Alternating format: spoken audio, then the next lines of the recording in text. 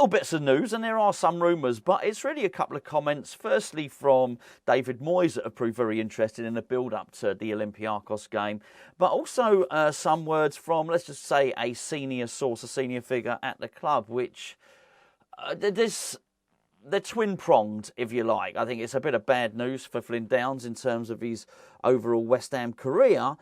But then there's maybe a little bit more better news if you're a young player looking to come through at West Ham, because at least the comments show that there is an understanding within the club that there is an urgency next season to get some homegrown players and a homegrown quota up within the squad. It's bloody important that the club realise that, certainly.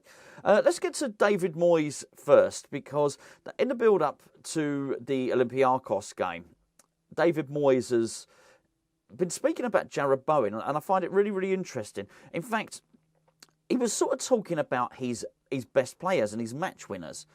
And sometimes the language that people use, or maybe the words they don't use, make things very interesting, because David Moyes was speaking about his match winners in terms of Jarrod Bowen, Mohamed Kudus and Lucas Paquetá. Now, the fact that there is no Michail Antonio in that conversation makes things very, very interesting. Look, Michail Antonio has not been up to scratch this season. He really hasn't. There have been times when we talk about Michail Antonio being in beast mode. I couldn't tell you, how do you define beast mode? But you know what? It's when Antonio's at his rampaging physical best. I doubt Antonio's in beast mode maybe 1 in every 8 games. And that's me trying to be generous. I think what I'm trying to say is it doesn't happen very often. Now, when he is in that sort of rampaging mode, it almost doesn't matter if he doesn't score, because he creates space, he unnerves central defenders, which allows others to capitalise on the mayhem and the havoc that he's created. This is not something that has really been evident recently. And I think if he's not doing that, then he's certainly not scoring goals, and he's not prolific in any way, shape or form at the moment.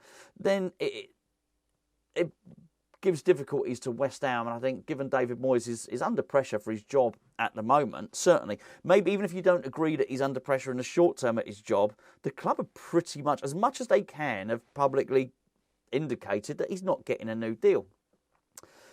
With that in mind, I think if I was David Moyes, I'd be wanting to prove people wrong. I think he will prove people wrong. And if I'm looking at the squad and I'm thinking, well, who is going to guarantee me a win? Because that's what he needs.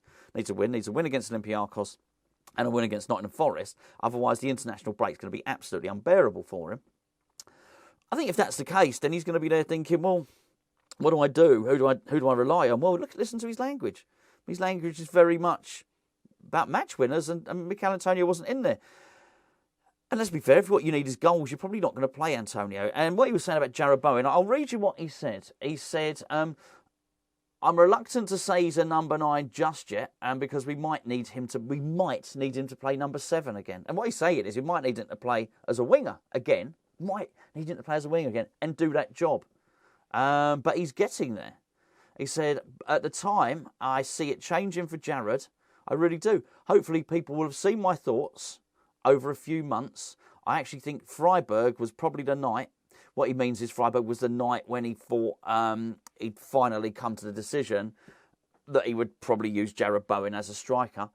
He was terrific that night in Freiburg, and I think that made me feel it. I mean, it's really, really weird to listen to these comments, because what they've been transcribing, it was somebody speaking. If you paraphrase it, he's basically saying, this season it's convinced me that Jarrod Bowen is going to be the striker. That's really bad news for Michail Antonio. What Mohamed Kudus has allowed him to do is have someone on the right-hand side who's as good as Jarrod Bowen. So, yeah, I think that's really interesting. I'll be very interested to see what he does tonight. I really will. I do. Look, I'll tell you what. I think he's just going to have to go for it. He really is. I would expect to see Paquetá, I expect to see Kudus, I expect to see Bowen. What the rest of the composition of the team is, I don't know. It's hard to say at this point, really, isn't it? But I think even if he just plays those, it will show he's taking it seriously. That's for sure. By the way, if you want to get involved and you do want to predict the game for tonight's match, you can do so on FanHub. They're not sponsoring this video or anything like that, but we're heavily involved with FanHub, and we've got a little sort of community thing going over there. Gio's already predicted the game for tonight, predicted the team. He's gone Fabianski, he's gone Kera, he's gone Mavropanos, Ogbonna. I'm not sure he'll play Ogbonna. Emerson at left back. I believe he's gone, if I've got this right, he's gone Paquetá, Alvarez, Ward-Prowse. He's got Souček being dropped, and also he's gone with Benrahma, Kudus, Bowen. So that's his team. So yeah, but he said he's only doing that because he thinks Antonio is going to be dropped for tonight. That's his team. Go and check it out. Use the link below, and then basically Gio from the Hammers Chat account will give you a follow. That's FanHub, but use the link in the description. I think I'm not entirely sure tonight about Ogbonna. Anyway, I digress. That's one of the things I thought was interesting with the comments, which is basically Bowen in, Antonio out. Be interesting to see, won't it, really?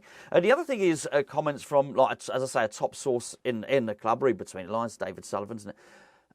He was talking about Flynn Downs, and he was saying about bringing him back, and he was saying, the thing that worries me, he doesn't score enough goals.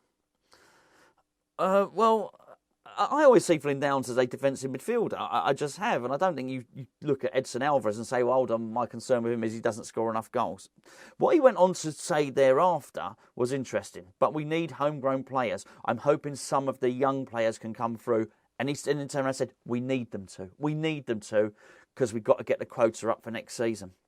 That's very good. That's very, very good for the young players, because it's the top guy at the club is indicating and letting it be known that he is aware that young players need to come through. I mean, there's no other way of doing that. It's not just a homegrown quota in terms of players that were coached in the UK. You have to have a certain number through your academy, particularly if you're in Europe, basically. There's quite stringent rules on that. Otherwise, you end up having an undermanned squad. You can't submit the full quota of players for your squad. Now I know there's a lot of people at the moment probably think we won't be involved in Europe next season. We don't know. It's too early to say. It really is.